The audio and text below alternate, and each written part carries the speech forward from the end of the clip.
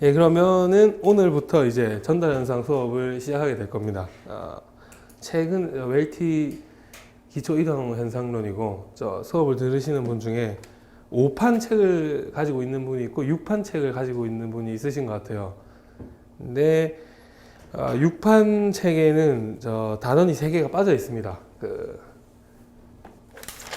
5판 책 기준으로 14장 유체 기계, 그리고 22장 열교환 장치, 그리고 31장 물질 전달 장치 이렇게 빠져 있는데, 혹시 인터넷 강의로 들으시는 분들은 나중에 5판 책을 가지고 있는 사람을 찾든지 뭐 학교에서 빌리든지 방법을 통해서 5판 책 기준으로 22장 열교환 장치 그리고 31장 물질 전달 장치에 대해서는 복사를 좀 해주셔야 됩니다. 해주셔야 되고, 그러면은 뭐 큰 문제는 없을 것 같아요. 수업에 들어가 보도록 하겠습니다. 오늘 첫 수업이니까 전달 현상 과목 수업을 학교에서 들으신 분도 있고 뭐 안 들으신 분도 있겠지만, 일단 이게 유체역학이랑 열 전달, 물질 전달 이렇게 3개로 나누어져 있어요. 그죠? 3개로 나누어져 있고, 대개 그 3개 중에서 뭐 예를 들어서 뭐가 시험에 가장 많이 나오냐 이런 식으로 물어보면 많이 나뉘어요. 해마다 바뀝니다, 그게. 그래서 내가 뭐 유체에만 집중해서 공부를 하겠다, 뭐 열에만 집중해서 공부를 하겠다, 이런 거는 통하지가 않는 과목입니다. 어쩔 수 없이 다 해야 되고, 그리고 뭐 수업을 들으신 분들은 알겠지만, 크게 이제 나중에 나올 이야기지만 층류랑 난류에 대한 이야기들이 나오죠. 층류랑 난류에 대한 이야기들이 나오는데, 난류가 조금이라도 관련이 있는 부분은 그냥 다 안 보시면 됩니다. 뭐 얻은 기출 문제에 난류가 시험으로 나오는 경우는 없어요. 그러니까 난류 문제를 가지고 내가 그걸 해석해서 푸는 문제는 안 나옵니다. 물론 난류에 대해서 막 한글로 이렇게 뭐 좀 적어야 되는 그런 부분은 있을 수가 있어요. 5급 시험이든 7급 시험이든. 난류가 뭔지 그 정도만 이해를 하면 되지, 이 책에서는 난류 문제들이 경험식을 가지고 푸는데, 그런 거는 유체든 열이든 물질 전달이든 다 할 필요가 없고 다 빼시면 됩니다. 다 빼시면 되고, 그렇게 알고 그러면은 오늘 첫 수업 시작을 해 보도록 하겠습니다. 오늘은 1단원부터 5단원까지 진도를 좀 나갈 생각이고요. 그렇게 어려운 내용은 없습니다. 그렇게 어려운 내용은 없고, 그렇게 어려운 내용이 있긴 한데, 우선 1장, 2장, 그리고 3장, 4장 이렇게 4장, 5장 이렇게 나눠서 수업을 해보려고 해요. 3단원은 내용이 거의 없어요. 보시면 아시겠지만 1, 2장과 4, 5장 이렇게 나눠서 수업을 해보겠습니다. 그럼 1단원부터 한번 보겠습니다. 저희가 첫 수업이니까 유체역학이라는 단원을 저희가 공부를 할 거잖아요. 유체가 뭔지 알아야죠. 유체를 이때까지 우리가 일반적으로 액체와 기체 이렇게 이야기를 합니다. 근데 사실 그렇게 얘기하면 안 되죠. 왜냐면은 그럼 초임기 유체는 뭔가 이렇게 물어볼 수도 있잖아요. 초임기 유체도 이름부터 이미 유체가 붙어 있어요. 그죠? 그러면 유체를 액체와 기체 이렇게 정의를 하면 안 되겠죠. 제일 첫 줄에 그 얘기가 나오죠. 유체란 전단 응력에 의해 연속적으로 변형되는 물체이다. 굉장히 말이 어려운 말입니다. 굉장히 어려운 말인데, 일단 우리가 지금 전단 응력이 뭔지를 몰라요. 첫 번째로. 전단 응력이 뭔지를 모르는데, 전단 응력에 대해서는 나중에 내일 7단원에 소개가 되니까 잠깐 패스해 놓겠습니다. 잠깐 패스해 놓고, 연속적으로 라는 말이 나와 있죠. 그럼 이번에는 연속적으로 라는 말에 대해서 한번 보겠습니다. 연속체의 개념 이렇게 해가지고 밑에 나오는데, 유체란 이동하는 분자로 구성된 모든 물체를 말한다 이렇게 해가지고 뭐 쭉쭉 나와 있는데, 대부분의 경우 유체는 물질이 연속적으로 분포되어 있다고 생각하거나 연속체라고 생각하고 있다, 뭐 이런 식으로 말도 있고요. 연속체라는 말이 뭐냐면은 뭐 딱 한마디로 정의하기는 좀 힘들어요. 좀 힘든데, 우리가 그 수학에서 공부를 할 때 연속적이다라는 말이 나오잖아요. 끊기는 지점 없이. 말 그대로 그거랑 똑같은 말이죠. 유체가 전단 응력에 의해서 변형이 될 때, 그러니까 뭐 어떤 힘을 가해서 유체가 흘러가든지, 아니면 내가 목욕탕에서 물을 이렇게 꽉 내려치면은 물이 뭐 이렇게 튀어오를 거 아니에요. 그랬을 때 그 변형들이 수학에서 얘기하는 그 연속적이라는 의미가 맞습니다. 그 연속적으로 움직이는데 모든 저 부분들이 거시적으로 봤을 때 모든 부분들이 다 연속적으로 움직여져야 돼요. 이 말이 이해가 가실지 모르겠는데 뭐 에너지 같은 것도 연속적으로 전달이 돼야 되고 그런 거는 이제 유체의 경우에 파동으로서 전달이 되죠. 연속적으로. 근데 고체와의 차이를 좀 얘기를 한다면 고체 같은 경우에는 내가 뭐 망치를 가지고 뭐 어떤 쇳덩어리를 친다고 했을 때 그 에너지의 전달이 내가 친 부분에서 쇳덩어리가 이렇게 있다 치면은 여기까지 연속적으로 무조건 되지가 않아요. 여기만 조금 움푹 파일 수도 있고요. 여기만 그냥 이렇게 떨어져 나가버릴 수도 있고요. 그죠? 연속적이지 않다. 그 정도로 생각을 하시면 됩니다. 넘어가죠. 1.2장으로. 한 점에서의 물성값 이런 이야기가 나오는데 이 책에서는 약간 처음 접할 때 되게 어렵게 느껴지는 이유가 정의들을 쓰는 식들이 수학적으로 굉장히 복잡하게 생겼어요.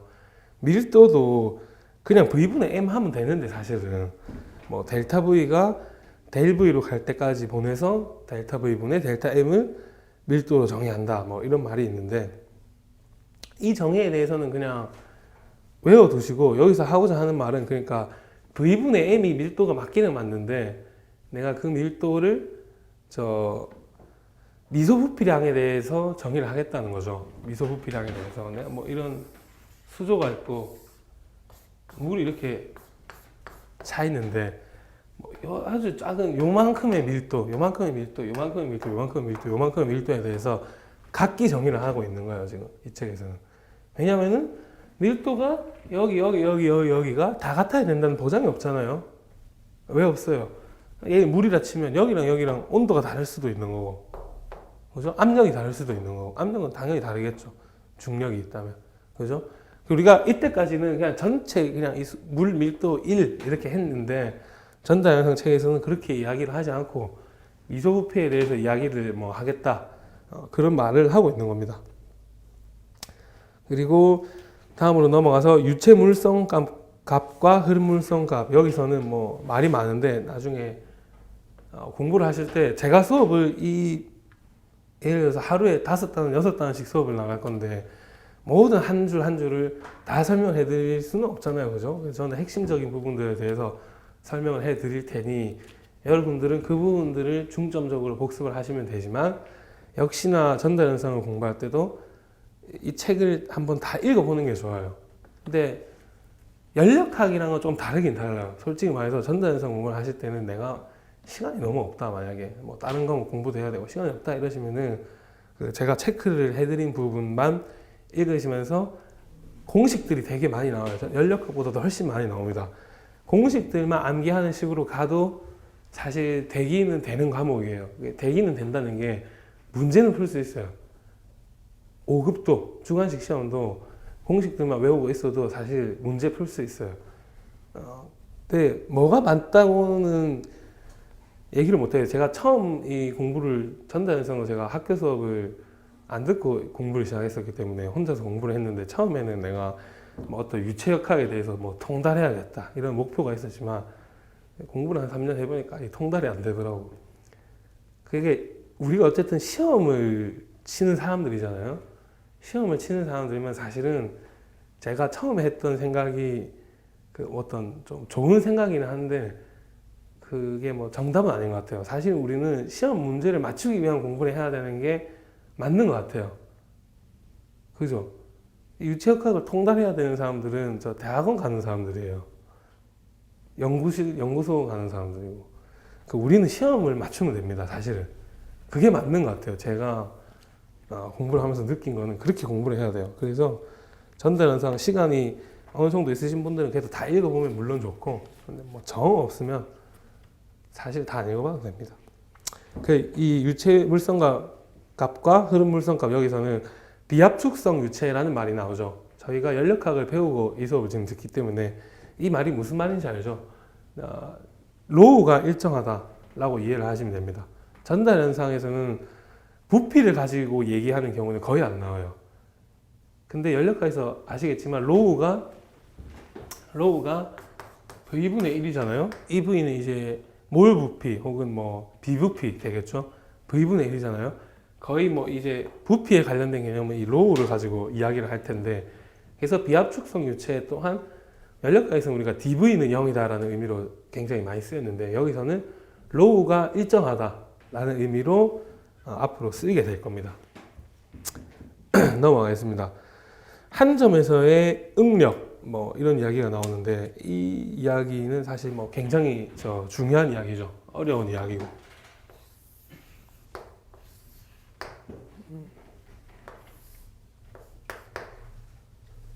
이런 식으로 되어 있나요?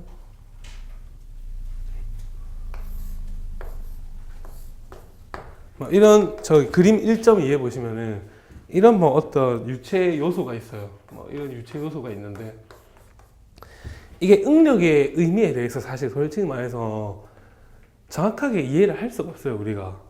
왜 그러냐면, 저는 원래 본과가 학원과가 아니라서 재료역학 수업을 들었지만, 여러분들은 아마 재료역학 수업을 안 들으셨을 거잖아요. 재료역학 수업에서 응력이랑 전단 응력의 의미만 한 두세 그러니까 두 수업, 세 수업에 걸쳐서 설명을 하는 게 이 전단 응력이에요. 그거를 뭐 10분 해가지고 완벽하게 의미를 이해할 수는 없습니다. 네, 없는데, 그렇기 때문에 여러분들이 문제를 푸는 데 있어서 사실은 좀 대충 알고 있습니다. 대충 알고 있으면 됩니다.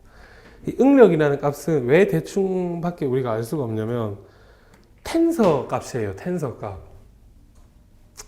여기서 텐서가 어떤 의미인지 알고 계시는 분도 있고 모르는 분들도 계시겠지만, 솔직히 말해서 저도 텐서에 대해서 공부를 좀 하긴 했는데, 재료역학 수업을 들으면서 뭔 소리인지 모르겠어요. 솔직히 말해서 무슨 말인지 잘 모르겠고, 그냥 좀 벡터랑 거의 비슷하다고 생각하시는 게 제일 편한 것 같아요. 벡터랑 비슷한데 방향이 두 개야.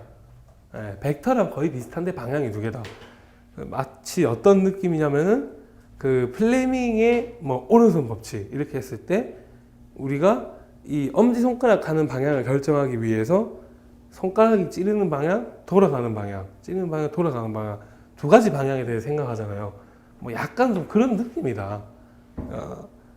그런 느낌이라고 보시면 됩니다. 실제로 전단 응력의 방향을 결정할 때도 이 오른손 법칙을 가지고 나중에 이야기를 하게 될 거예요. 근데 여기서는 일단 어느 정도로만 이해를 하시면 되냐면은, 이 유체 요소에 어떤 힘 F가 이런 식으로 작용을 하고 있을 때, 그 유체 요소 면에, 이 힘이 작용되는 면에 수직인 방향과 수평인 방향으로 방향을 나눠야 될 거잖아요. 우리가 물리학을 이야기할 때 X축, Y축 나눠서 생각을 하잖아요. 그게 우리가 사람이 해석하기가 더 편하기 때문에. 그래서 이렇게 나눠서 생각을 할 때, 뭐 예를 들어서 이렇게 쓰지 말고 N이랑 S로 씁시다. N이랑 S의 의미는 이 면에 수직한 면을 N이라고 쓰고요. 앞으로도 이 책에서 내가 관심이 있는 면의 수평인 방향을 S축이라고 축을 정의합니다. 이런 식으로 우리가 정의를 했을 때, 지금 여기서 보면, 이 책에 보면 이런 표현이 많이 나와요. 델 A로 간다 이런 표현이 많은데, 이거는 이 책을 읽어보시면 정확한 의미를 알 수 있겠지만, 쉽게 생각하면 그냥 0으로 보낸다는 거랑 거의 비슷해요. 근데 0으로 보낼 건 아니고 아주 미소량으로 보내겠다라는 뭐 그런 의미입니다. 했을 때, 그러니까 내가 관심이 있는 어떤 면에 대해서 미소 면적분의 그 미소 면적에 가해지는 수직 방향의 힘, 이걸 이렇게 나누었을 때 뭐 이런 식으로 정의가 된다. 뒤에 보면은 I랑 이거 좀 II죠. II로서 이렇게 정의가 됩니다. 이 수직 응력, 이 시그마 값을 우리는 수직 응력이라고 불러요. 이거는 쉽게 생각하면은 압력이랑 좀 유사한 관계예요. 압력이랑 유사한 관계. 근데 차이점은 뭐냐? 압력은 내가 어떤 외부에서 힘을 이렇게 받는 거에 대해서, 아래쪽으로 받는 거에 대해서 생각을 하죠. 중력 때문에 생기는 그 힘을 얘기하는 거예요. 중력 때문에 생기는 힘을. 그게 이제 압력인데 이 응력은 꼭 이 수직 방향의 힘이 중력에 관해서만 있을 필요는 없잖아요. 뭐 쉽게 생각하면 전기력, 자기력 때문에 있을 수도 있는 거고 누가 여기서 뭐 이렇게 밀고 있을 수도 있는 거고 압축기 같은 걸로 그런 모든 수직 방향의 힘에 대해서 표현은 압력과 비슷하게 뭐 이런 식으로 표현을 하고 있는 겁니다. 그리고 전달 능력에 대해서는 좀 더 구체적으로 7단원에서 또 배우게 될 거예요.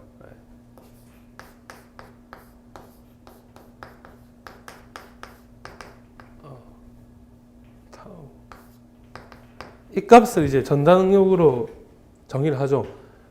뭐 이 유체 요소 내가 설정한 컨트롤 볼륨 미소 부피에 대해서 이 미소 부피에 가해지고 있는 힘의 총합이 이런 F 방향일 때 그것의 수평 방향에 대한 마치 또 압력과도 같은 뭐 그런 표현이에요. 조금 쉽게 생각하면은 뭐 내가 칠판이 이렇게 있는데 이걸 이렇게 탁 이렇게 내려칠 수도 있지만 얘는 내가 막 이렇게 밀 수도 있잖아요. 이렇게 민다고 했을 때 이 칠판이 사실 우리가 평면으로서 보고 있지만 실질적으로 평면은 아니잖아요. 내가 이 밑에서 이렇게 칠판을 쳐다본다고 했을 때 뭐 이런 식으로 되고 있는 거 아니에요. 우리는 여기서 이렇게 사람 눈이 이렇게 보고 있는 거고, 그죠? 내가 칠판 이렇게 미는 행위는 얘를 이렇게 힘을 주는 저 상황이죠. 그랬을 때 이 칠판이 힘을 받고 나서 뭐 저 이런 식으로 밀릴 수도 있는 거잖아요. 위에만 밀리고 밑에는 가만히 있고 이런 식으로 있을 수도 있는 거잖아요. 얘네를 이제 표현하기 위해서 얘기하는 값이 전달 능력이에요. 물론 유체에서는 조금 다르게 쓰이긴 하는데 전달 능력을 처음 이해할 때 이 그림이 좀 이상한데 대충 알아보시고 전달 능력을 처음 이해할 때는 이런 식으로 이해를 하는 게 좀 도움이 많이 됩니다. 이게 이제 응력의 두 가지다. 그리고 넘어가서 유체에 작용하는 힘은 크게 체력과 표면력으로 나뉘어진다. 체력은 물리학적 접촉 없이 작용하는 힘. 이런 거 이제 중요하겠죠. 외우셔야겠죠. 체력과 표면력 외우셔야 됩니다. 물리학적 접촉 없이 작용하는 힘인 반면에 표면력은 힘의 작용에 의해 접촉이 필요하다. 접촉을 한다는 말은 접촉하는 표면이 있는 거겠죠. 그러니까 표면을 필요로 하는 힘이다. 뭐 그렇게 돼 있고 응력은 단위 면적당 표면력이다. 뭐 이런 말이 나와 있습니다.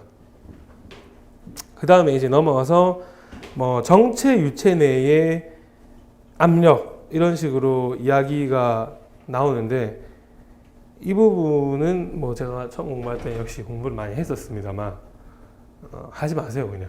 이런 거는 제가 말씀드렸다시피 우리가 시험을 맞추기 위한 공부를 하는 거기 때문에 진짜 솔직한 말로 유체역학을 우리가 완벽히 이해하면 좋지만 몰라도 돼요.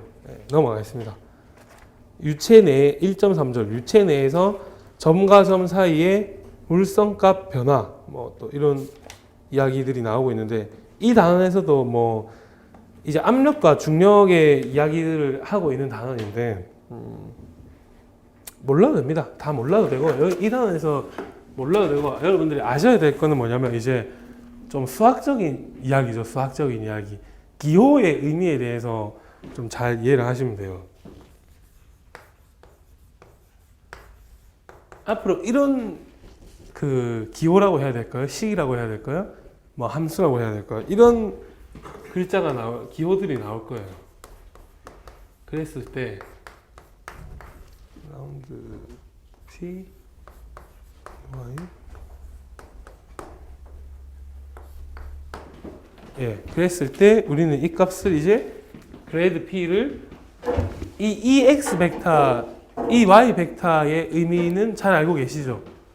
X축 방향, Y축 방향을 의미하는 거죠. 그랬을 때 뭐 저런 식으로 표현이 된다 라고 하고 얘네 이런 표현도 써요. 저 델타를 거꾸로 뒤집어 놓은 거. 이 표현은 이제 이거랑 똑같은 겁니다. 똑같은 거고 3차원으로 확장하면은 이런 식으로 되겠죠. 그래서 뭐 이렇게 썼을 때 그레디언트 P라고 우리가 읽고요. 이렇게 쓰면은 델 P라고 읽습니다. 근데 뭐 이렇게 썼을 때도 그레디언트 P라고 읽는 경우도 많이 있어요. 이거의 이 기호의 의미에 대해서만 아시면 됩니다. 이 단원에서는. 넘어가겠습니다. 단위에 대한 이야기를 원래 제가 좀 항상 그냥 빼먹고 넘어갔는데, 저 전달 현상을 할 때는 단위에서 우리를 굉장히 좀 헷갈리게 하는 단위가 있어요. 저 슬러그 이런 거는 사실상 시험에 거의 안 나옵니다. 그래서 모르셔도 되고, 시험 문제로서 거의 MKS 단위로 시험 문제가 나올 거예요. MKS 단위계로 나올 건데, 정말 간혹 가다가 영국 단위계로 시험이 출제되는 경우가 있습니다. 한 몇 년에 한 번꼴로 그렇게 나오는 경우가 있는데, 이런 단위가 나와요. 여기서는 뭐만 하시면 되냐면 이것만 하시면 돼요.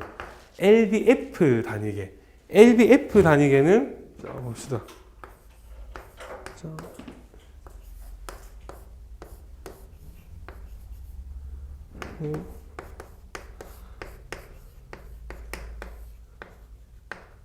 아니죠. 이게 아니죠. 이렇게 이해를 하시면 돼요. 32.174 파운드 피트 퍼 세크 제곱이다. F는 MA니까 이 질량 단위에다가 가속도 단위를 그냥 곱해준 거죠. 네, 그렇게 생각을 하시면 되고, 그렇게 생각을 해주시면 됩니다. 요 단위에 대해서만 잘 알고 있으면 앞으로 문제를 푸는데 지장이 없을 거예요. 그래서 이 1.4절에서 보시면은 GC라는 값이 나와요. GC라는 값이. 우리가 이거를 전환계수라고 이야기를 합니다. 전환계수라고 이야기를 하는데, 우리가 알고 있는 그 G가 맞아요. 중력가속도. 중력가속도가 맞습니다. 그래가지고 얘네를 MKS 단위계로 쓸 때는 이렇게 될 거고, 그죠? 뉴턴이 붙어야겠네요. 이렇게 될 거고, 영국 단위계로 쓸 때는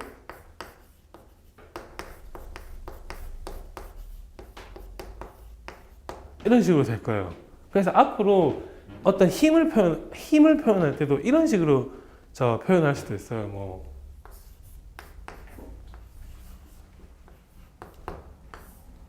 이런 식으로 써놓은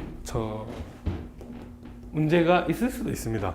네, 이런 식으로 써놓은 문제가 있을 수도 있는데, 이 말은 2kg에다가 이 F의 의미가 GC를 곱해야 된다, GC를 곱해놨다라고 생각을 하시면 좀 편해요. 그 말은, 그럼 내가 이거를 그냥 2kg 이렇게 쓰려면은 여기에 GC를 곱해야 된다는 소리잖아요. 그죠? 이렇게 쓰면은 지금 이 단위 저기에서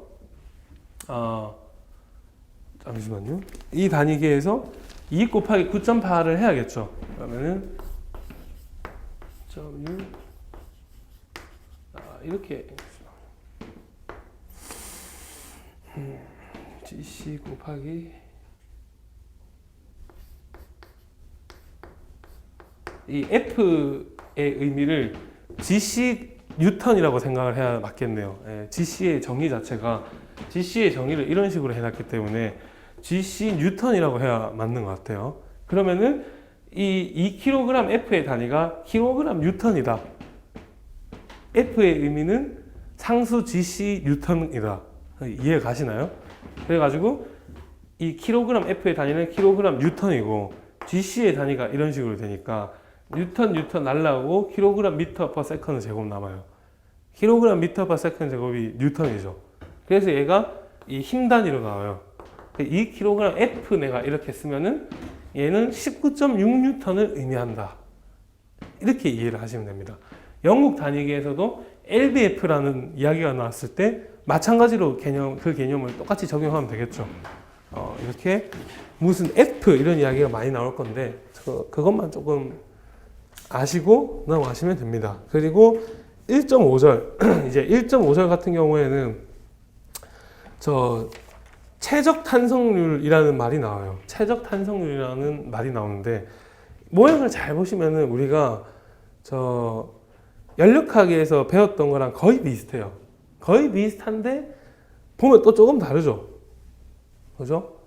뭐가 다르냐면은 연력학에서는 V분의 1에 라운드 V, 라운드 P 뭐 이런 식으로 돼 있었어요. 그죠? 근데 여기서는 이 식이 어떻게 돼 있는 거냐면 이런 식으로 돼 있죠. 지금 이 책에서 말하는 베타 값이. 그럼 우리가 연력학에서 배웠던 카파와의 관계가 이런 식으로 돼요. 근데 조금 다른 거는 뭐 이게 비슷하다고 이렇게 제가 해놓을게요. 써놓을게요. 다른 거는 등온이라는 말은 또 안 붙여놨죠. 이 책에서. 등온이라는 말은 안 붙여놨어요. 그러니까 최적 탄성률이라는 값은 우리가 기존에 알고 연력학에서 배웠던 그 값이랑 조금 다른 의미예요. 의미 자체가. 그렇기 때문에 전달 현상을 공부하실 때 이런 최적 탄성률이라는 새로운 개념을 좀 따로 외워주셔야 됩니다. 따로 외워주셔야 되고 뒤에 이제 음속 얘기가 나와요. 이 음속 이야기는 또 연력학에서 역시나 나왔었습니다. 역시나 나왔었고 저 음속 C를 이런 식으로 돼 있죠.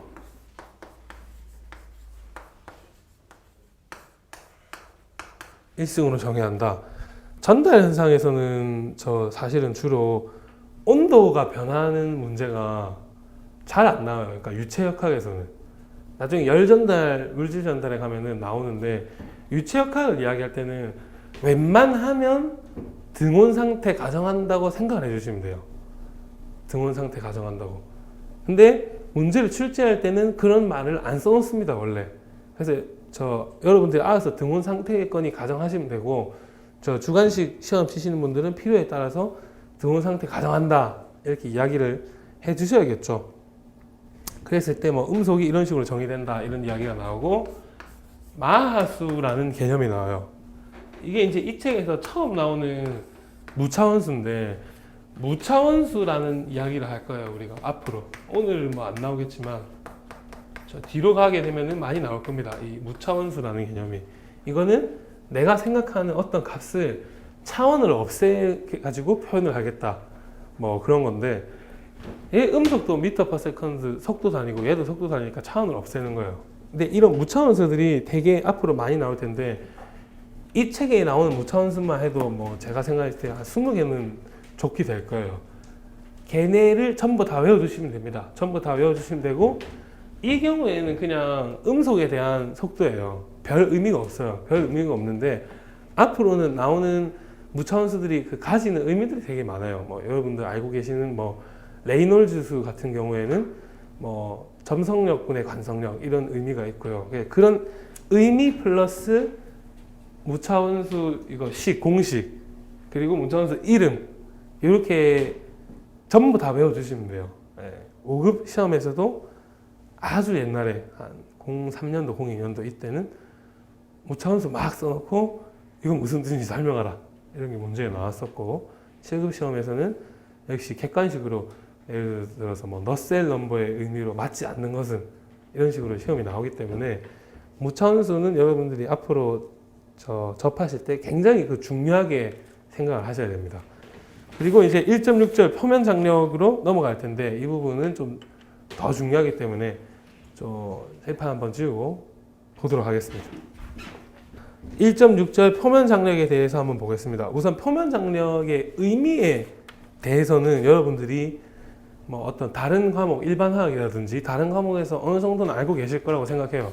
표면 장력이 뭐 생기는 이유에 대해서도 한번 말씀을 드리자면 죄송합니다. 이 설명 이상하게 했어요. 네.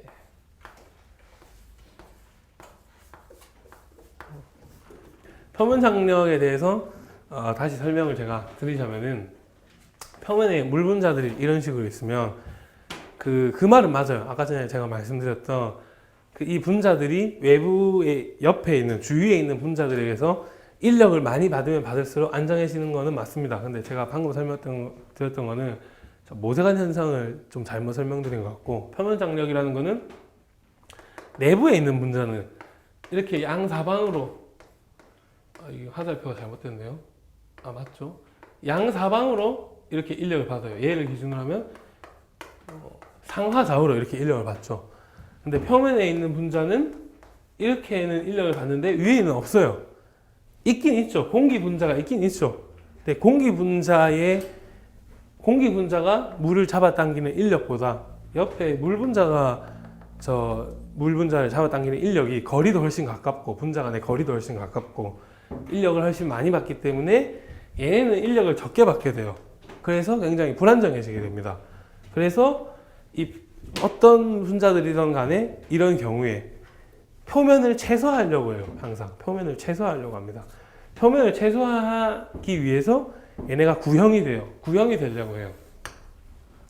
이렇게 안 있고 똑같은 부피일 때 표면적이 최소가 될 수 있는 거는 구형 입자라 그래요. 그거에 대한 뭐 증명은 수학적으로 해야겠지만 뭐 그렇다고 하네요. 그래서 구형으로 얘네가 최대한 되려고 하고 얘네들이 물의 경우에는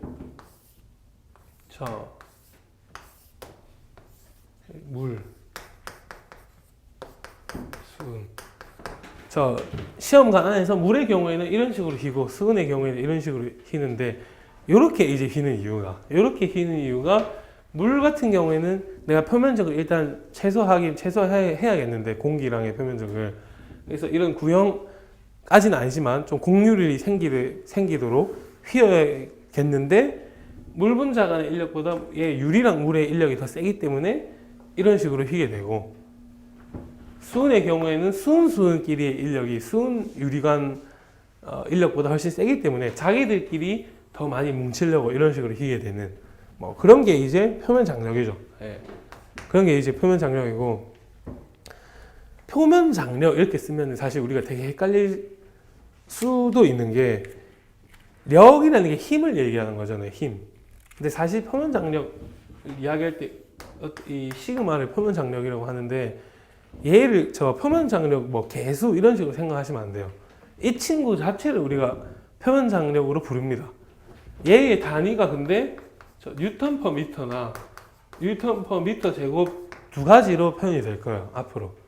그러니까 표면 장력은 처음 들어오시는 분들이 힘으로 해석을 해놨지만 사실은 힘은 아니고 단위 면적당 힘 혹은 단위 길이당 힘 이런 식으로 이해를 하셔야 맞습니다.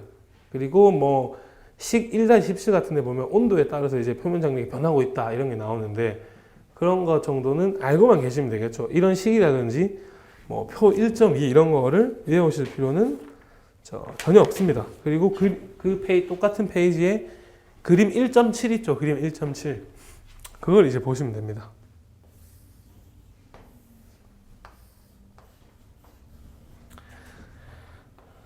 이 표면 장력이라는 게 여기서 우리가 지금 이 두 가지 단위로 다 쓰일 수가 있어요. 표면 장력이 문제에 따라서 상황에 따라서 다 다른데 이 경우에 이 단위로 표면 장력이 주어졌다고 생각을 해봅시다. 그 단위로 주어졌을 때 얘네들이 표면 장력을 이런 형태로 받아요. 이 물 분자가 이런 식으로 있으면 외부의 방향으로 물방울이라고 생각했을 때 물방울 외부 방향으로 힘을 받습니다. 그 힘이 2πr 시그마 되겠죠. 제가 지금 평면을 그렸으니까 이런 식으로 그려놨지만 이런 데서도 다 지금 받고 있는 거예요. 이런 데서도 입체적으로 생각을 하셔야 됩니다. 이 힘들을 전부 다 합친 게 2πr 시그마 되고 표면 장력에 의해서 이 외부에 있는 이 압력이랑 물 분자 안에 있는 압력이 다르게 돼요. 압력이 이 물방울이 가지고 있는 압력이랑 받고 있는 압력이랑 외부의 뭐 대기압이라고 치면 대기압과 이 물방울의 압력이 다르게 됩니다. 그거는 표면 장력 때문에 다르게 돼요. 내가 힘을 받고 있으니까 뭐 압력이 어떤 변화가 있겠죠. 당연히 무슨 힘을 받고 있어요? 이 표면 장력을 받고 있으니까. 그랬을 때 압력의 단위는 단위 면적분의 힘이니까 반대로 힘은 단위 면적 곱하기 압력이잖아요. 그래서 파이r 제곱 곱하기 델타 P로 쓸 수가 있습니다. 델타 P라는 거의 의미는 압력 차이만큼 힘을 받겠죠. 이게 뭐 중력장 안에 있는 시스템이라면 여기 있는 뭐 공기라고 칩시다. 공기도 뭐 중력에 의해서 대기압을 받고 있고 얘도 사실상 대기압을 받고 있다고 봐야 되기 때문에 무슨 표면 장력을 이루는 물방울이 뭐 이만해가지고 이 로지 H만큼 곱해야 되고 그런 상황이 아니에요. 물방울 굉장히 작은 상태이기 때문에. 그래서 그냥 대기압을 받고 있다고 생각을 할 수가 있습니다. 그랬을 때 표면 장력에 의한 압력 변화량만큼 얘네가 안쪽으로 이렇게 힘을 받게 됩니다. 그랬을 때 이 말의 의미 자체가 이 물방울 안에 압력이 더 높다는 거겠죠, 대기압보다. 그러니까 이 방향으로 압력을 받겠죠. 그랬을 때 우리가 이 두 힘이 압력 차에 의한 힘과 표면 장력이 평형을 이룬다. 평형을 이루기 때문에 저 델타 P가 R분의 2시그마라는 이런 식으로서 쓰여질 수가 있다. 이렇게 됩니다. 그 밑에 보시면 이런 식이 하나 나와요. 이런 식이 나오는데 이거는 이제 여기서는 이거는 암기를 해주셔야 돼요. 증명 같은 게 나오지 않기 때문에 암기를 해주시는 게 원래 맞는데 얇은 두께의 막을 갖는 비눗방울의 경우, 그러니까 얇은 두께의 막을 갖는 이런 말은 사실 필요가 없는 거고 비눗방울만 생각하시면 돼요. 비눗방울의 경우에는 두 개의 경계면을 갖게 된다고 합니다. 그래서 그때 압력차는 두 배를 곱해서 그러니까 2파이R 시그마가 두 배만큼 생긴다는 거죠. 경계면이 두 개가 되니까. 그래서 이렇게 델타 P가 R분의 4시그마가 된다는 거. 이거는 그냥 숫자만 좀 외워주시면 됩니다. 네, 그렇게 외워주시면 되겠습니다.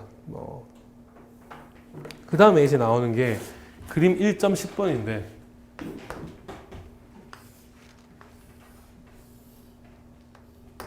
이런 경우는 지금 제가 물이라고 예를 들긴 들었습니다만 공기 중에서 물이 막 이렇게 구형 물방울 이루는 경우는 잘 없죠. 있긴 있어요. 수도꼭지에서 물이 완전 떨어지기 직전 물방울이 이렇게 조금씩 커지다가 이렇게 됐을 때 떨어지잖아요.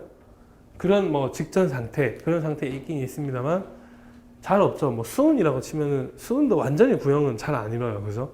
그랬을 때 하여튼 얘네는 물방울 혹은 수은 방울이 지 혼자 이렇게 공기 중에 있는 그런 가상의 경우를 생각하는 거고, 실제 우리가 화학 실험실 혹은 물리학 실험실에서 볼 수 있는 경우가 이런 유리관에서 표면 장력에 의해 물이 이렇게 휘는 케이스, 모세관 현상이라든지 그런 케이스를 많이 보게 되죠. 그랬을 때 표면 장력을 한번 이야기해 보자라는 거예요. 지금 얘는 완전한 반구형의 형태이기 때문에 표면 장력을 이 압력에 완전히 반대되는 방향으로, 즉 같은 축상에서 표면 장력을 받고 있어요. 그런데 이런 경우에는 그렇지가 않다. 같은 축상에서 힘을 받지 않는다. 왜? 이게 완전한 구형이 아니기 때문에.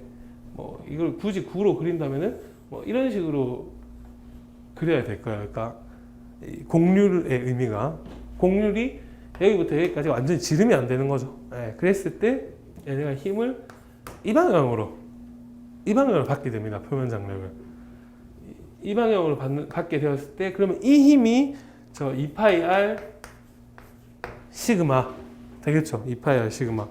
이랬을 때 책에는 좀 잘 안 나와 있으니까 이거는 여러분들이 그리세요. 이 각도를 우리가 세타로 봅니다. 이 유리관과 이 표면 장력이 이루는 각도를 얘를 세타로 할 수도 있는 거잖아요. 정의에 따라서. 근데 얘를 세타로 합니다. 그랬기 때문에 이 방향으로 받는 힘이 2파이 r 시그마 코사인 세타 됩니다. 물론 이 방향으로 세타를 해도 똑같이 2파이 시그마 코사인 세타가 되긴 하지만 하여튼 간에 그랬을 때 그러면은 2파이 r 시그마 코사인 세타가 여기서 이제 어떤 압력 차이 델타 P가 발생을 하는데, 이렇게 내가 이걸 수직하게 세워놓은 경우에는 그리고 이게 아주 작은 물방울 같은 게 아니잖아요. 저 시험관이잖아요. 시험관. 그랬을 때 이만큼의 높이 H만큼 저 물의 중력 때문에 힘을 받게 될 거예요. 압력을 받게 될 거예요. 물의 압력. 여기서 있는 물은 이 위에서 있는 물이 누르는 중력을 받고 있잖아요. 그래서 압력이 생기잖아요. 그죠? 그랬을 때 이렇게 됐을 때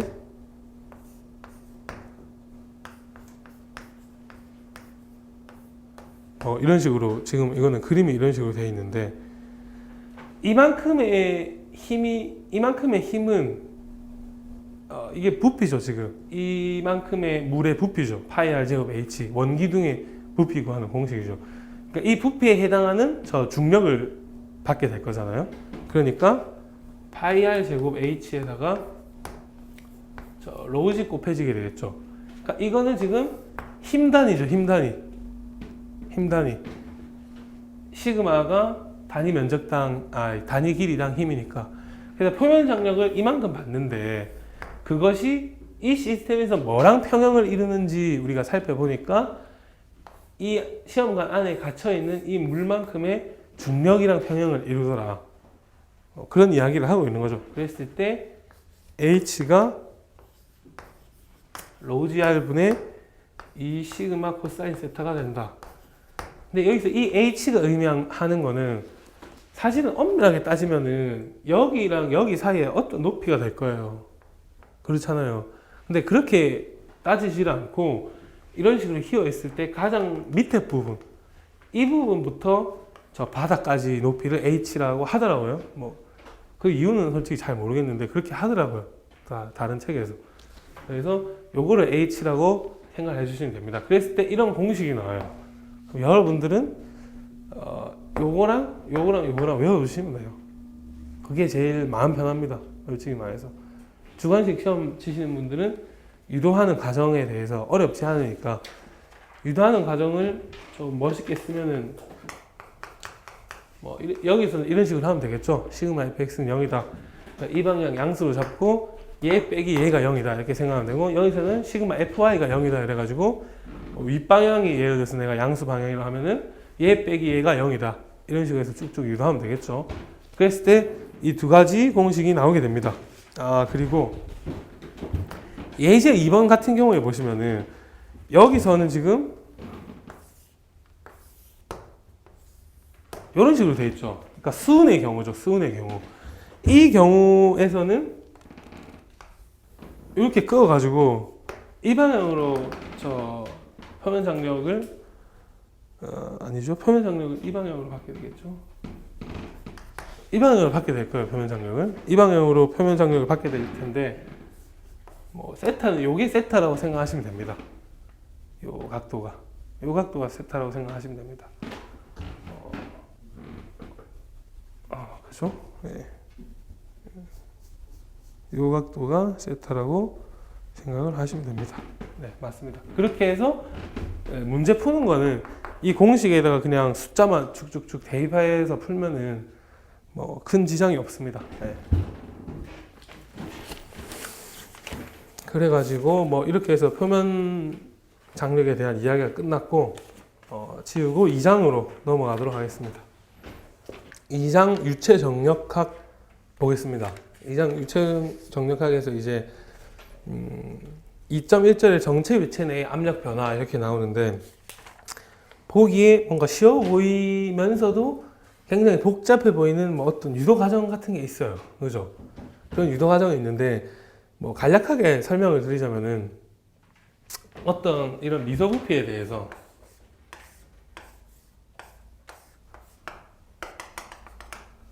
그냥 미소 부피예요. 미소 부피. 그랬을 때 미소 부피니까 여기를 x라고 했을 때 여기 x 플러스 델타 x가 되고, 여기를 y라고 했을 때 여기가 아니죠. 여기를 y라고 했을 때 델타 y가 되고, z라고 했을 때 z 플러스 델 g가 된다. 이랬을 때 이 미소 부피는 수직 방향으로 또 중력을 받고 있을 테고, 그리고 어떤 압력을 받고 있다 쳐요. 어떤 P 압력을 3차원 상에서. 그랬을 때 이 3차원 압력도 우리가 분해를 할 수가 있잖아요. 이게 총합이라 쳤을 때 그 압력을 이렇게 PX 이렇게 PY 그 다음에 이 방향으로 PG 이런 식으로 쪼개서 만약에 생각을 한다고 쳤을 때 미소 부피에 대해서 시그마 F는 0이라 식을 세워가지고 쭉쭉쭉 전개를 한 거예요. 전개를 하면 이런 식으로 된다는 건데, 이런 유도 과정까지는 주관식 시험 치시는 분들도 솔직히 안 해도 돼요. 그냥 여러분들이 아시면 되는 거는 요거 정도만 알고 계시면 됩니다. 뭐 그렇게 어려운 식도 아니고 시험에 잘 나오는 식도 솔직히 아니에요. 근데 뭐 이 정도만 알고 계시면 됩니다.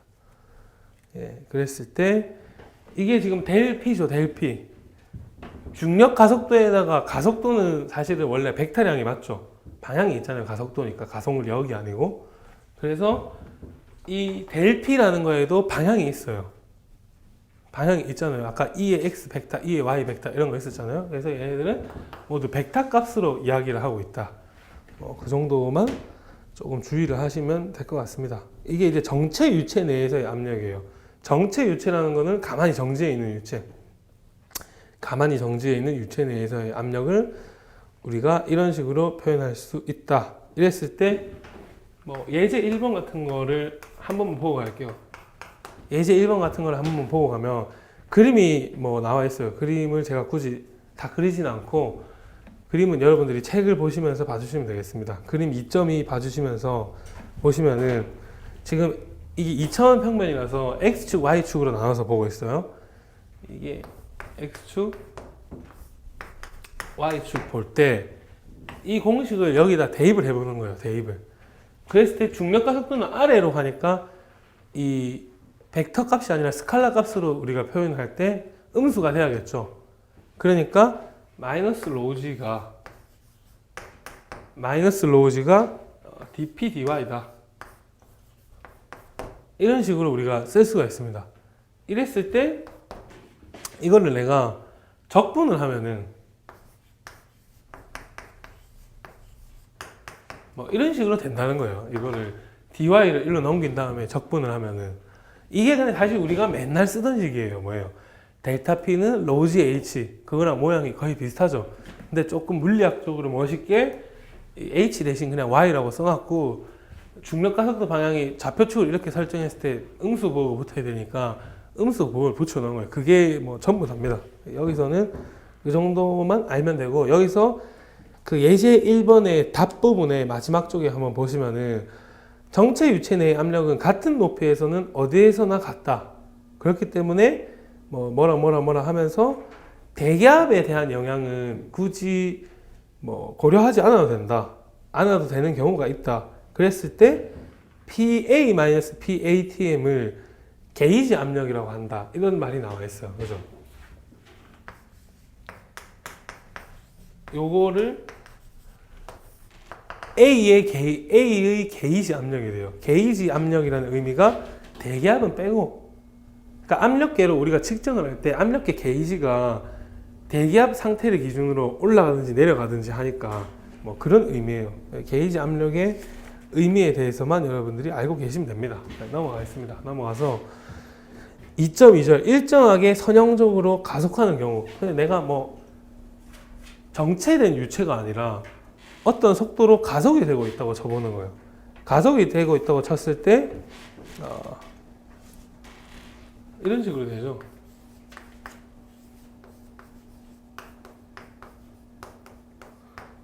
이런 식으로 됩니다. 가속이 되고 있을 때 뭐 이 안에 있는 유체는 저 가속도의 반대 방향으로 관성을 느끼니까 좀 어려운 말일 수도 있는데, 내가 어떤 이 휴대폰을 이렇게 밀면, 휴대폰을 하지 말고 버스를 내가 뒤에서 어떤 차가 갖다 박았어요. 그러면 안에 있는 사람은 뒤쪽으로 이렇게 넘어가죠. 들이박으면. 그 이유가 관성 때문에 그렇잖아요. 그런 의미를 이제 관성 좌표계에서 해석한다. 이렇게 어렵게 말을 해놓은 건데, 그렇게 봤을 때 그 가속도에 반대되는 방향으로, 즉 G 벡터 마이너스 A 벡터 방향으로 압력 변화가, 압력 구배가 형성이 된다. 뭐 이런 이야기를 하고 있는 건데, 여기서도 뭐 솔직히 그냥 공식만 알고 계시면 돼요. 넘어가겠습니다. 액중 표면에 작용하는 힘, 이게 또 나와요. 이것도 사실 진짜 어려운 내용인데, 이 1장, 2장에 나오는 내용들이 약간 다 어떤 느낌이냐면, 그 시험에 안 나와요. 안 나오는데, 그렇다고 우리가 안 할 수는 없는 단어. 왜냐? 그래도 한 5년에 한 번 나오니까. 그래도 안 할 수는 없는 단어예요. 그래서 여러분들이 외워주시면 되는데, 그림 2.5에 한번 보시면 제가 간략하게만 설명을 드릴게요. 그림 2.5를 한번 보시면은 에타라는 이야기가 나와요. 에타라는 값이 나옵니다. 에타라는 값은 지금 뭐냐면 주어진 XY 좌표계에서 거기 이상한 뭐 볼링 핀 같은 그림 있죠. 그게 우리가 목표로 하는 표면이에요. 그게 우리가 이제 목적으로 하는 그런 표면인데 그 표면을 두고 봤을 때 XY 좌표계가 아닌 새로운 좌표계를 설정하는 거죠. 그 표면과 수평하고 수직한 새로운 좌표계를 설정하는 거죠. 그래서 그 좌표계를 따르는 어떤 어떻게 생각하면 될까요? 어떤 적분을 하기 위한 그냥 길이라고 생각하시면 됩니다. 중력을 계산할 때 y로 놓고 그냥 계산을 하면은 면적분이 되게 어려워져요. 우리가 목표로 하는 이 표면이 XY축의 축상에 놓여 있지 않은 경우가 대부분일 테니 그런 경우에 면적분을 하기가 되게 어렵습니다. Y로 두고 적분을 하려면. 그래서 우리가 목표로 하는 어떤 표면에 대해서 수평 관계를 이루는 그리고 수직 관계를 이루는 그런 좌표축을 새로 설정했다. 이 정도로 이해를 하시면 됩니다. 그랬을 때 우리가 게이지 압력 PG로 나타내죠. 왜냐면은 이게 지금 그림 2.5의 맨 위에 보시면은 좀 검은색 선으로 이렇게 줄을 그어 놨잖아요. 이런 식으로 돼 있을 때 이 밑에가 만약에 어떤 유체라고 치면은 이 위에는 대기 중일 거 아니에요. 그랬을 때 원래 여기서 대기압을 받고 있잖아요. P18을 받고 있잖아요. 근데 그거는 우리가 고려를 하지 않는 거예요. 걔 빼고 게이지 압력만 가지고 이야기를 하겠다. 대기압은 앞으로 고려를 거의 안 합니다. 유체학 과목에서. 이 친구 빼고 게이지 압력만 고려했을 때 이렇게 돼가지고 그림이 이런 식으로 있고 이 길이가 에타죠. 그랬을 때 이 PG는 원래 로우지 Y예요. 그죠? 이 길이가 Y라고 했을 때 내가 이 위치에서 받는 게이지 압력은 로우지 Y일 거예요. 마이너스 로우지 Y. 그거는 여기서 유도했죠. 그래서 이렇게 되는데 이 값을 우리는 이런 식으로 쓸 수가 있다. 로우지 Y에 사인 알파다. 이런 식으로 쓸 수 있다. 이때 알파는 여기를 의미하고 있죠. 여기를 의미하고 있습니다. 이런 식으로 쓸 수 있다고 했을 때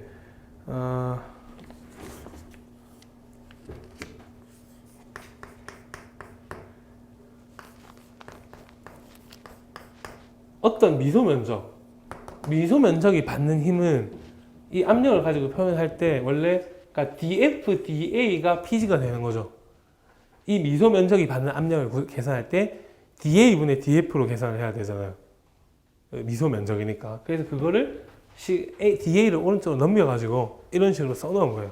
dF는 PG의 da가 된다. 이런 식으로 써놨을 때 이게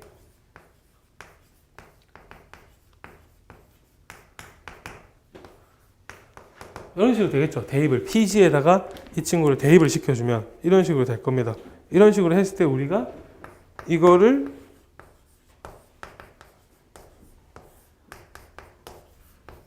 이렇게 쓰는 거예요. 갑자기 왜 이렇게 쓰느냐? 이게 정의예요, 정의. 뭐가 정의냐? 그 책에 식 2-4 위에 있는 식 보시면은 이게 빠졌어요. 원래는 이렇게 씁니다. 제가 알기로는 에타 바. 이 식을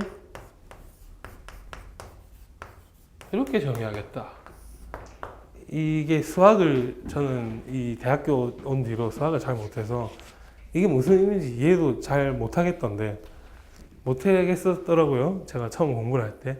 지금도 솔직히 잘 모르겠어요. 잘 모르겠는데 그냥 내가 이 목적으로 하는 이 면적 표면에 대해서 이 에타 값을 면적분하는 거라고 생각하시면 된다고 합니다.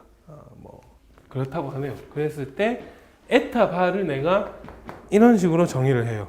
그랬을 때 이 값이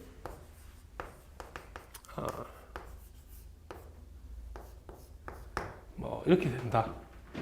F는 이건 이제 이렇게 적분을 한 거죠. DF를 인테그랄 씌우고 인테그랄 씌워서 근데 상수니까 뗀 거죠. 그랬을 때 얘가 이런 식으로 되고 에타 바를 이런 식으로 우리가 이런 식으로 에타 바를 정의를 합니다. 이게 면적 중심이에요. 면적 중심. 그리고 이제 힘에 대해서 좀 더 본격적으로 이야기를 할 때 면적 중심은 말 그대로 이 면적의 지금 중심이 되는 점이에요. 우리가 힘 중심도 찾고 싶어. 이 면적의 중심은 이쯤이라 했을 때 힘 중심은 여기가 아닐 거예요. 한 이쯤이 될 거예요. 그 이유는 여기서는 중력을 이만큼만 받고 여기서는 중력을 이만큼만 받고 있으니까 얘네한테 가중치를 좀 더 둔다고 생각하시면 돼요. 더 힘을 많이 받고 있으니까 힘을 받는 중심이 되니까 무게 중심이 이쯤이 되는 거예요. 그 독수리 뭐 세우는 거 있잖아요. 이런데 뾰족한데 독수리 세우는 거 있잖아요. 어릴 때 갖고 놀던 거. 그런 거에 무게 중심 생각하시면 뭐 그 독수리 그러니까 내가 이 분필의 위에를 세운다고 치면은 이 분필의 가운데가 항상 독수리 부리가 놓이는 자리가 아니잖아요. 막 이렇게 하다 보면 어느 순간 독수리가 평형을 이루는데 걔가 그 면적의 중심은 아닐 거예요. 어떤 새로운 계산에 의해서 무게 중심을 구해줘야 될 거예요. 그 이제 힘 중심을 우리가 또 정의를 할 건데 걔네는 이렇게 정의를 한다고 합니다.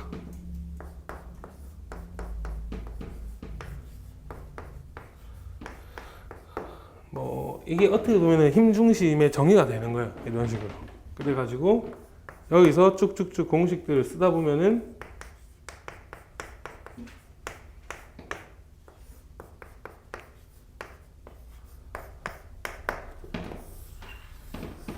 이런 식으로 나오죠. 이 유도되는 과정은 PG에다가 역시나 이거를 집어넣고 다시 면적 중심의 정의를 집어넣으면 이 식이 나와요. 이해 가시나요? 무슨 말인지? 네, 그렇기 때문에 여러분들은 얘랑 이제 앞으로 외워주시면 됩니다. 이 친구랑 이 친구를 외워주시면 되는데 이것만 딱 놓고 보면 도대체 얘가 무슨 말인지 사실 알 수가 없어요. 이게 과연 무슨 말인가? 에타는 뭐고 면적분은 뭐고 이해가 좀 잘 안 갈 수도 있잖아요. 그래서 예제를 보면서 한번 설명을 해보도록 하겠습니다.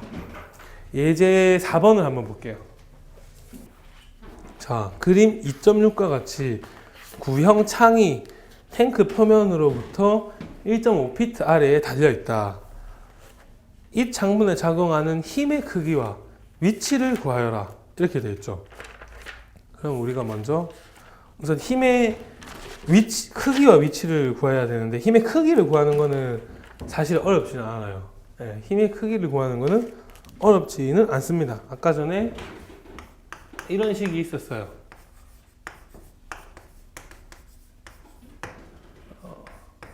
이런 식이 있었어요.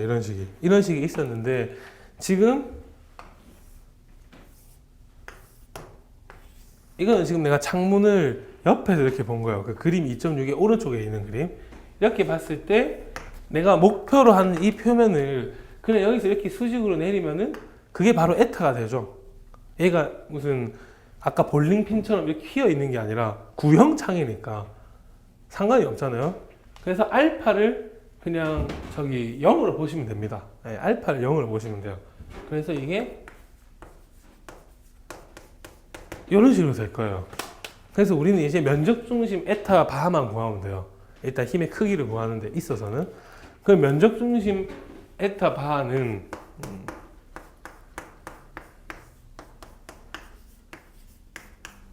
이렇게 되죠. 그죠? 그랬을 때 내가 만약에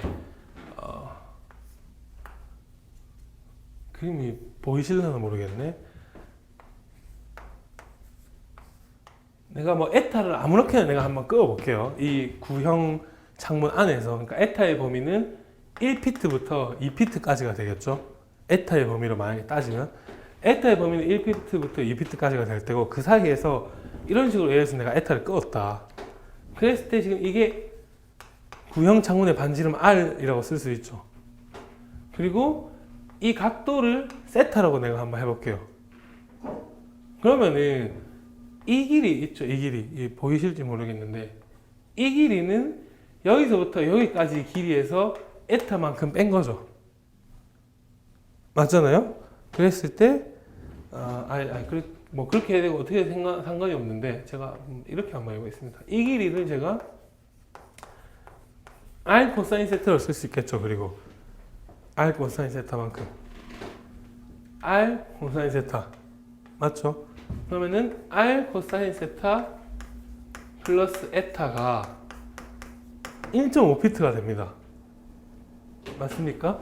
여기부터 여기까지가 1.5피트라고 정해져 있는 상수니까 세타가 90도를 넘어가도 상관없어요. 마찬가지예요.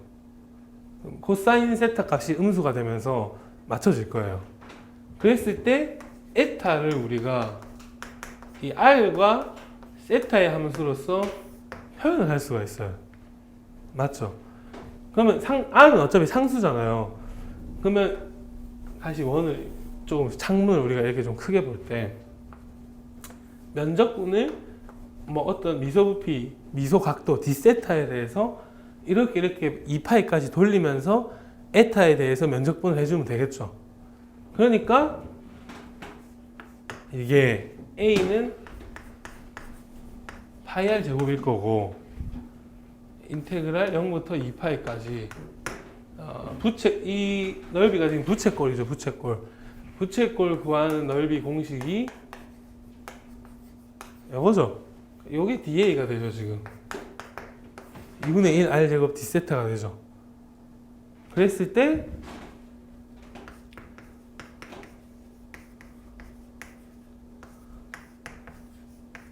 하고 이 2분의 1 R 제곱은 제가 상수니까 여기 이렇게 빼줘도 상관없잖아요. 그죠? 요게 에타 파가 된다. 적분을 하는 거는 사실 크게 어렵지는 않습니다. 왜냐면은 코사인 세타 적분하면 사인 세타가 돼가지고 00 될 거예요. 어차피. 그래서 별로 중요하지가 않아요. 그래서 00 되고 없애고 난 다음에 그러면은 1.5 세타 되고 세타 자리에 2파이 넣으면 되죠. 그럼 3파이죠. 그러니까 2파이분의 3파이 됩니다. 예, 날라가고. 이게 1.5가 돼요. 그래서 면적 중심이 1.5피트라는 게 나옵니다. 그러니까 사실은 이 구형 창문 같은 경우에는 솔직히 이런 계산을 우리가 굳이 안 하고 그냥 1.5피트라고 해도 크게 상관없어요. 왜냐면은 이런 구형 면적의 중심이 어디겠어요? 당연히 원 중심이잖아요. 그러니까 구의 중심이잖아요. 그럼 얘가 그냥 그 중심이 된다, 면적 중심이 된다라고 생각해도 지장은 없습니다, 사실은. 그럴 거 아니에요, 당연히. 근데 계산을 하는 방법이 이런 식으로 계산하면 된다라는 거를 제가 한번 보여드린 거예요. 네. 그리고 힘이 작용하는 위치를 구하래요.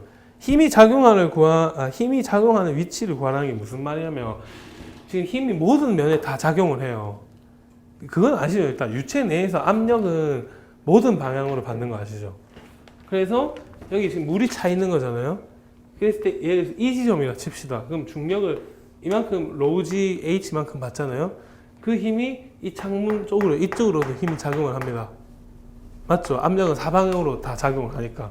그러니까 이 위치에서는 다 이 로우지 H만큼 이렇게 힘을 받고 있을 거고 여기서는 이 로우지 H만큼 힘을 이렇게 받고 있을 거고 그러니까 창문이 모든 부분에 힘을 받고 있긴 한데 창문이 힘을 받는 곳에 무게 중심을 구해보자는 거예요.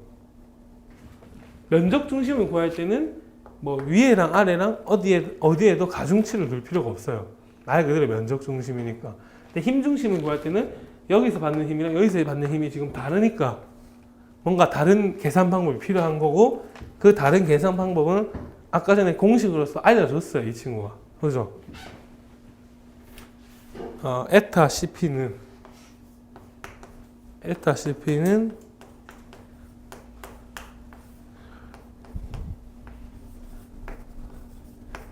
이렇게 되죠. 근데 지금 우리가 A는 파이 R 제곱이고 에타 바는 아까 전에 1.5피트 구했고 에타는 이런 식으로 나타냈고 DA는 저 2분의 1 R 제곱 D세타였어요. 맞죠? 세타는 0부터 2파이까지 적분하면 돼요. 그거는 그냥 여기 넣어서 적분하시면 돼요. 적분하시면 답이 나옵니다. 근데 뭐 이 정도 문제가 사실 시험에 나올 수도 있죠. 시험에 나올 수도 있는데 잘 안 나올 거라고 봅니다. 잘 안 나올 거라고 보고 정력학은 되게 어렵다고 저는 생각을 해요. 정력학 단위 진짜 어려운데 시험에는 하여튼 이론이 어려운 거는 항상 보면 시험에는 쉽게 나와요. 그래서 예제 5번 같은 거는 그렇게 어렵지 않습니다. 왜냐면 구형이 아니라 그냥 선형이라서 그냥 직사각형 면적이라서 그렇게 어렵지 않으니까 개인적으로 오늘 나중에 복습을 하실 때 오늘 복습할 거 별로 없거든요. 이 예제 5번은 개인적으로 한번 다들 꼭 풀어보시기를 바랍니다. 왜냐면 면적 중심, 압력 중심이 시험에 잘 안 나오는데 나온다면 이런 형태로 나올 것 같아요. 그리고 언젠가 나올 수가 있고 최근에 나온 적 없고 최근에 나온 적 없으면 오히려 그게 또 반대로 해석하면 나올 확률이 많은 거예요. 그죠? 넘어가서 부력 나오죠. 부력 뭔지 알죠? 그 아르키메데스가 유레카했던 그 부력이죠. 부력 FB는 얘도 그냥 여러분들이 공식으로 외워주시는 게 좋습니다. 로지 V인데 밀도 차이만큼 이 유체가 서로 다른 종류가 있을 때 서로 밀도가 다르니까 서로 받는 힘이 다르기 때문에 서로 받는 중력이 다르기 때문에 발생하는 힘이 이제 부력인데 걔네는 공식이 이런 식으로 된다. 여기서 이 로우는 이 비 목적이 되는 물체 외 밖에 있는 물체, 그러니까 물 속에 뭐 어떤 튜브가 있다고 치면은 이 로우는 물이 될 거고 풍선이라 합시다. 풍선 그러면 이 로우 B는 이 풍선의 밀도가 되겠죠. 그죠? 그랬을 때 여기서 그 조심해야 되는 경우는 이게 원래 이런 식으로 공식이 돼요. VS 이런 식으로 돼요. VS는 뭐냐면 그 물체가 물에 잠겨 있는 부피. 그러니까 얘네가 풍선을 내가 물에 띄우면 이런 식으로 될 거 아니에요. 풍선이 가벼우니까. 그때 부력을 계산할 때 요만큼의 부피만 집어넣어야 된다는 소리예요. 이해가시죠? 1장, 2장은 이게 전부 다입니다. 1장, 2장은 이게 전부 다고 연습 문제를 하나 정도 제가 2개 정도 준비를 해오긴 했는데 나중에 4장, 5장까지 다 마치고 연습 문제를 한번 쭉 풀어보도록 하겠습니다. 그리고 수업 쉬는 시간 전에 3장 잠깐만 볼게요. 3장 잠깐만 보시면은 뭐 라그랑제법과 율러법 이런 이야기가 나오는데 별 중요한 내용은 아니기 때문에 시간 있으신 분들은 한번 읽어보시면 됩니다. 넘어가고 정상 상태와 비정상 상태 뭔지 알죠? 정상 상태는 모든 점에서의 흐름이 혹은 모든 점에서의 어떤 물성 값이 시간과 무관할 때 정상 상태고 시간에 따라 변하는 것을 비정상 상태라고 하죠. 우리가 연력학에서는 비정상 상태 문제들도 곧잘 풉니다. 뭐 예를 들어서 온도가 20도씨에서 10도씨까지 내려가는데 시간이 얼마나 되겠느냐. 시험 나오죠. 전달 현상에서는 비정상 상태 문제는 거의 안 나오신다고 보면 돼요. 물론 나오긴 나와요. 나오긴 나오는데 거의 안 나오신다고 보셔도 상관없습니다. 그 다음에 이제 유선이라는 얘기가 나오는데 유선이라는 개념도 여기서 정확하게 여러분들이 아실 필요가 없습니다. 10단원에서 유선만 놓고 따로 이야기를 해요. 여기서는 그 유선 맨 밑에 보시면은 그 유선 적혀 있는 페이지 맨 밑에 보시면 경선이라는 말이 나와요. 패스라인. 요게 이제 또 거의 안 나오는 건데 또 한 2003년인지 또 그때 나왔었어요. 그래서 뭔지만 알면 됩니다. 유체 요소의 실제 궤도다. 실제 궤도라는 게 무슨 말이냐면 그냥 말 그대로 얘가 뭐 꽃가루야 꽃가루를 하지 말고 뭐 물방울이에요. 물방울이 공기가 거의 압력이 굉장히 낮은 곳에 있어요. 그래가지고 내가 바람을 부는 대로 다 날아가. 그래서 막 이런 식으로 막 날아갔어. 이게 경선이에요. 경선. 어렵지 않죠. 이게 패스라인 경선이다. 여기서는 경선이라는 용어 정도만 알고 계시면 될 것 같습니다. 뒤에 이제 시스템과 대상 부피라는 말이 나오는데 그거는 그냥 대상 부피, 컨트롤 볼륨을 여러분들이 알아서 설정하면 된다. 그런 이야기를 하고 있는 겁니다. 그래서 이렇게 해서 1, 2, 3장이 크게 어려운 내용도 없고 사실 크게 중요한 내용도 없긴 해요. 체육학의 첫 시작 부분이었는데 이렇게 해서 끝이 났고 정력학 부분이 이제 끝이 난 거고 4단원부터는 이제 흐름이 있는 플로우 스트림이 있는 유체역학이 본격적으로 시작이 됩니다. 그러면 쉬는 시간 이후에 4장, 5장 계속해서 수업하도록 하겠습니다. 네, 수고하셨습니다.